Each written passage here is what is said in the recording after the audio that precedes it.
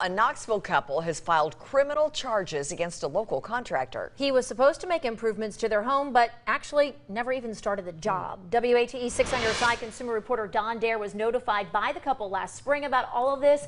Don, I understand you gave them some advice. Yeah, we sure did. We suggested that they write a demand letter, which they did, and you'll see that in a moment. Under Tennessee law, if a contractor either stops working or never starts the job after 90 days of signing the initial papers, you should write a demand letter to get the work underway or receive your money back. If nothing happens, the contractor could be charged with a felony, and that is the action taken by a Knoxville couple. When you hired the contractor last November, what did you want done outside? Okay, the first thing was that he was going to build a gable over our porch here. Mary Mount and her husband Clayton are disappointed in their home improvement contractor, a man they trusted, George R. Caldwell Jr. He was charged with impersonating a licensed professional. The story that prompted his arrest goes back to last fall. This was going to be a covered, screened-in back porch. Caldwell never screened in the backyard porch or constructed the deck. The Mounts hired a second contractor to build this wooden structure. You were going to have some work done inside the house. Yes. We have 3 bedrooms. This is our first one. He was going to take up the carpet in all 3. Mrs. Mount says Caldwell never removed the carpets. Resurfacing the bedroom ceiling didn't get started either, and replacing old sliding closet doors were left undone.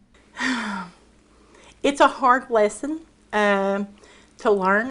This is actually the 4-page contract that details all the work that he was supposed to do. And I gave him a deposit check for $9,374.40, and he cashed it, and he said that it would be a couple weeks before he could get the framers out here to get started. It was November 20th last year when the couple hired Caldwell's Impala Construction. Nothing happened. Thanksgiving came and went, Christmas came and went, New Year's came and went, the weather got better. And then nothing. We would call or leave texts. I reach out to you and ask for your help. You made a call to him. He actually called me. Not long after that, he came to our house and he sat down with us in April. And I said, "Are you going to do the job?" He said, "I am."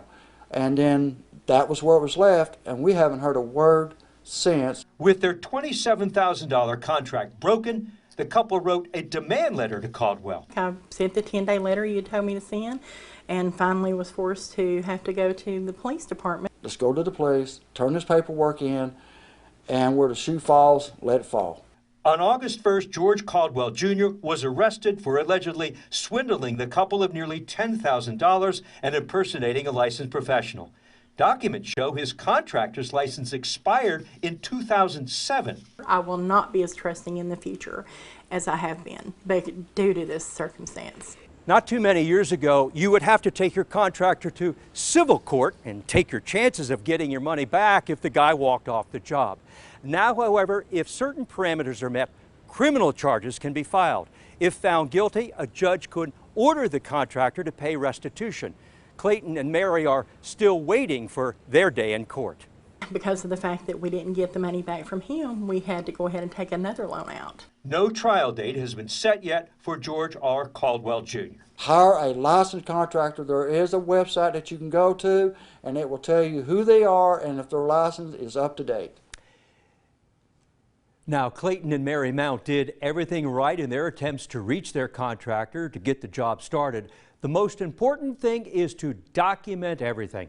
Once that demand letter is sent by certified mail, if there's no response, that's when you get authorities involved and they take it from there. And Kristen and Lori, to find out if a contractor is licensed, you go to the state's website, the Department of Commerce and Insurance, and look up licensed contractors, and you'll find out. Just that little bit of extra work. That's right. Could save you a lot. Yes, it could. Don, thank you so much. If you have a consumer question for Don, send him an email at ddare@wate.com or call his 6 on Your Side hotline. The number is right there, 865-633-5974.